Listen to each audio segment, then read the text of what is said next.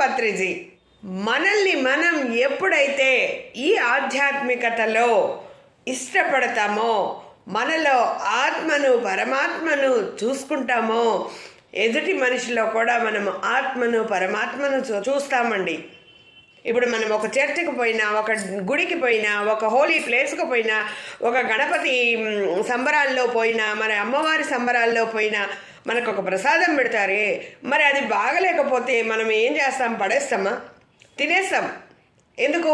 అది ఒక స్పిరిచువల్ ప్లేస్లో నుంచి మనకు ప్రసాదం లాగా వచ్చింది కాబట్టి, అది నైవేద్యంలాగా అక్కడ పెట్టి మనకి ఇచ్చారు కాబట్టి మనం కళ్ళకద్దుకొని తినేవాళ్ళం.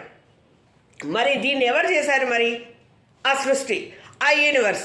మనల్ని మనం ప్రేమించుకోలేకపోతే, మనల్ని మనం ఇష్టపడకపోతే, నేను ఇలా బాధపడుతూ ఉంటారే ఎందుకండి? మనల్ని మనం ఇష్టపడాలి.